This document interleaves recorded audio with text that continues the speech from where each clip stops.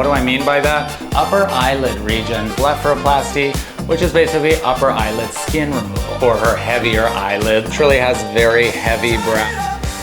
All right, hi everyone, I'm Dr. Sean, a Beverly Hills plastic surgeon, and today I'm gonna tell you a little bit about the upper eyelid region and what you can do about it, especially if it's an area that bothers you as you're aging. Now, it's one of the biggest areas of complaints I get from patients when they come to see me because the upper eyelid is often a place that will show your age more than the rest of the face, especially more quickly. And this is very true for people who have naturally hooded eyes. And what do I mean by that? I mean someone who naturally has very heavy brows when you're looking at them. I think a good example in pop culture of this is someone like Renee Zellweger, who was known for her heavier eyelids, and therefore it was just part of her aesthetic. But unfortunately, what can happen over time is that if you are born with heavy eyelids to begin with, it's only going to get heavier because as the face deflates and gravity kicks in with time, things are going to start to droop. So what can happen is that eyelid skin can actually become really redundant to the point where it actually can block your vision because the crease of the eyelid skin starts to fold over so much that it gets in the way of your eyes. Now, what's an option for that? My favorite operation for that is something called an upper blepharoplasty, which is basically upper eyelid skin removal. What do? I essentially just take an oval shaped incision on the upper eyelid and I cut that skin out and then sometimes take a little bit of the muscle with it, and occasionally we'll take some of the fat that exists right here by the nose in that central part of the upper eye and remove some of that, because what can happen over time as we age, in addition to skin laxity, is that the septum, basically it's the connective tissue that exists behind the skin of the eyelid, has fat behind it. That septum starts to weaken and therefore the fat starts to pooch out and it creates a little bit of a fullness right here, like I said, in that medial nose upper eyelid area. So by removing a slight bit amount of that fat, it helps to create a more swooping and gentle contour. Now, one thing to be really careful of is that I cannot take too much of that fat, because if I do, then you'll have the opposite problem where it gets super hollow.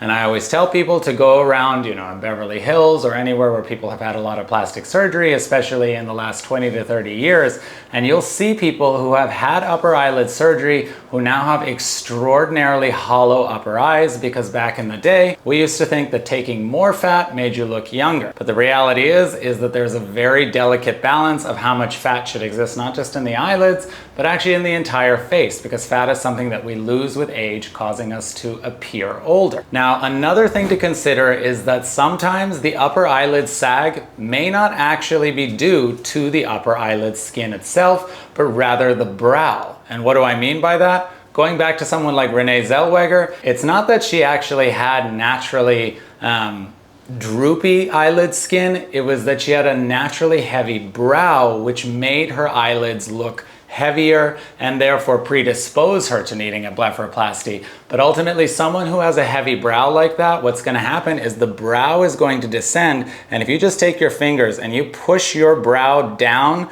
you're going to notice that it's a little bit harder to see and it starts putting pressure on your eyes. If that's the case and you don't really have extra skin to the upper eyelid, just brow falling onto the upper eyelid, that means you're a better candidate for things such as an endoscopic brow lift or a temporal brow lift. And those are two brow lifting techniques. The first one, the endoscopic one, being where I basically make small incisions along the hairline, go in with a camera, and then raise the brow up with sutures that are attached to the bone. And for a temporal brow lift, it's where you have incisions back in the hairline on both sides. I go in there also, use a suture to resuspend the tail of the brow or the outer part of the brow and lift up the brow to give you that more rejuvenated appearance. And a lot of times people will try and do this with Botox, but unfortunately Botox can only go so far. It'll only give you a few millimeters of elevation. So if you're somebody with a significantly heavy brow, Botox probably won't cut it and could actually end up making it worse, because what happens is that muscle relaxes and the brow will drop even further.